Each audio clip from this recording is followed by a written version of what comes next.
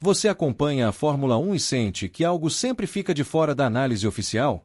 Esse canal existe para abrir o que os outros deixam passar. Inscreve-se agora e ativa o sino, porque o que vem a seguir é técnico, é sério e vai mudar a forma como você assiste a temporada de 2026. Tem algo que simplesmente não fecha no novo carro da Audi, o R26. Na classificação da China, Gabriel Bortoleto entregou uma daquelas voltas que o chassi parecia não ter o direito de fazer. Mas no domingo, a telemetria revelou um cenário assustador. O time perdeu 12 km por hora de velocidade final em todas as retas, transformando o carro num alvo fácil até para as equipes do fundo do grid. Na Austrália, o brasileiro pontuou numa pilotagem de pura sobrevivência, enquanto a unidade de potência parecia operar no regime de rotação de um carro de passeio. Isso não é detalhe técnico menor. É exatamente isso que vai definir se Bortoleto tem futuro competitivo em 2026 ou não. A dúvida que domina os bastidores é técnica e urgente. O motor da Audi F1 nasceu com um teto de vidro, ou a equipe instalou uma trava eletrônica por puro medo de quebrar. Os dados sugerem que a potência ali que ninguém tem coragem de usar. Na classificação, o carro brilha com setup agressivo e tanque vazio. Mas quando a corrida entra em stints longos, o quadro muda completamente. A degradação de pneu sobe, o ritmo cai, e o que parecia competitivo na sexta-feira vira P11 no domingo. O chassi tem base sólida, herdada da transição do projeto Sauber. O problema não é o carro. É o que alimenta ele.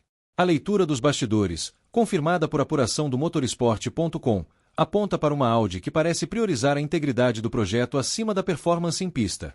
O time vive o que os engenheiros chamam de conservadorismo térmico.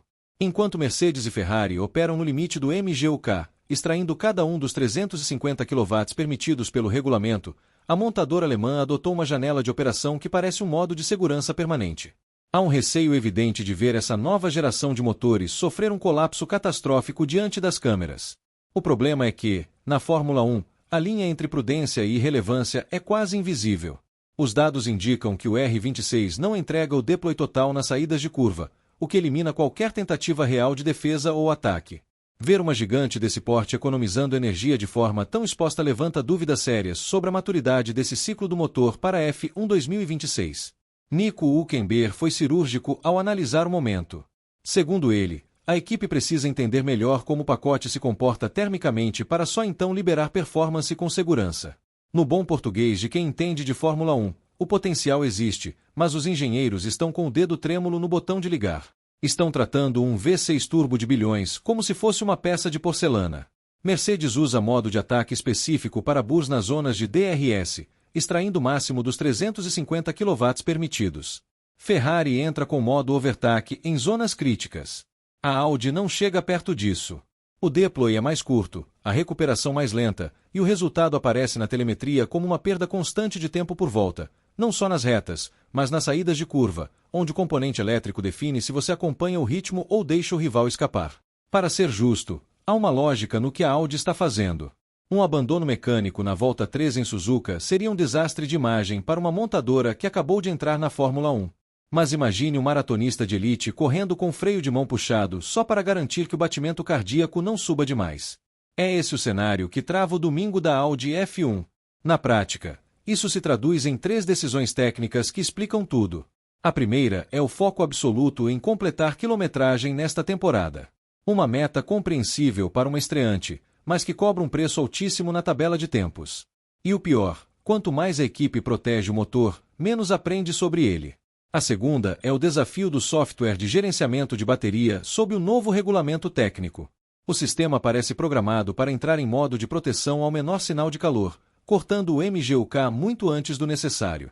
A terceira, e mais crítica, sem testar o limite real sob o estresse das corridas, a equipe continua operando numa zona cega. O carro consome menos energia do que a F1 2026 permite, porque o sistema de arrefecimento é tratado com uma cautela que beira a paralisia. Os dados de Xangai mostram a Audi recuperando e utilizando menos do que os 9 MJ permitidos por volta em pistas onde o regulamento elevou esse limite. Energia disponível na conta corrente, mas bloqueada pelo sistema nervoso do carro. É como ter crédito no banco e não conseguir sacar. Gabriel Bortoleto, que já provou ter braço de sobra no sábado, acaba sendo o escudo humano dessa hesitação técnica. Ele comentou que compreende os motivos dessa perda de potência, estimada no paddock em cerca de 30 cavalos em relação aos rivais diretos, e reforça que o foco é recuperar terreno sem arriscar quebras. É um processo de aprendizado que, na prática, deixa o brasileiro com uma faca de plástico para disputar um tiroteio nas retas da Fórmula 1. Não é exagero. Em duelos reais, como as defesas de Hülkenberg na China ou as tentativas de Bortoleto em Melbourne, a falta de componente elétrico nas retas obriga o piloto a extrair o máximo do que o carro permite hoje, não do que ele próprio conseguiria entregar. Posições de top 8, que seriam realistas com o mapa de energia liberado, escapam por detalhes que nenhuma técnica de pilotagem resolve. O motor segura o piloto antes que o piloto chegue ao próprio limite. E aqui vem o paradoxo que quase ninguém está disposto a falar em voz alta. Existe uma cláusula no regulamento de 2026 que permite atualizar hardware se a equipe provar que está em desvantagem competitiva. Mas para provar isso, é preciso ter chegado ao limite. E a Audi não chegou. Muita gente aceita que ser conservador agora evita problemas depois, mas a análise técnica sugere justamente o contrário. Se a equipe continuar operando em regime de economia para não quebrar, corre o risco de nunca coletar os dados extremos que justificariam exatamente esses upgrades dentro da legalidade. O plano da equipe, segundo Binotto e os engenheiros de Nürburgring, é liberar modos progressivamente mais agressivos conforme o entendimento térmico avança, refinamentos no software de mapeamento e no sistema de resfriamento, corrida a corrida, até chegar ao regime que o motor já pode sustentar, mas ainda não foi autorizado a usar. O problema é que esse cronograma de liberação gradual aparece na tabela de tempos. Aparece na paciência que Bortoleto precisa ter enquanto o carro segura o que ele conseguiria extrair. Se você quer uma evidência concreta de que o motor opera abaixo do teto, o GP do Japão será o laboratório definitivo. Suzuka não aceita desaforo técnico. É uma pista de fluxo constante, com poucas zonas de frenagem pesada para recarregar o sistema híbrido. Se o R26 chegar lá com esse mapa de potência contido, o déficit nas retas e na subida será exposto sem misericórdia. Bortoleto e Hülkenberg vão sofrer com o chamado clipping, quando a energia elétrica se esgota no meio da reta de forma muito mais severa do que nos carros rivais. Em Soon e na 130R, o fluxo é contínuo e o MGUK precisa trabalhar sem pausa. É exatamente onde o clipping aparece mais cedo e dói mais fundo. Não é teoria.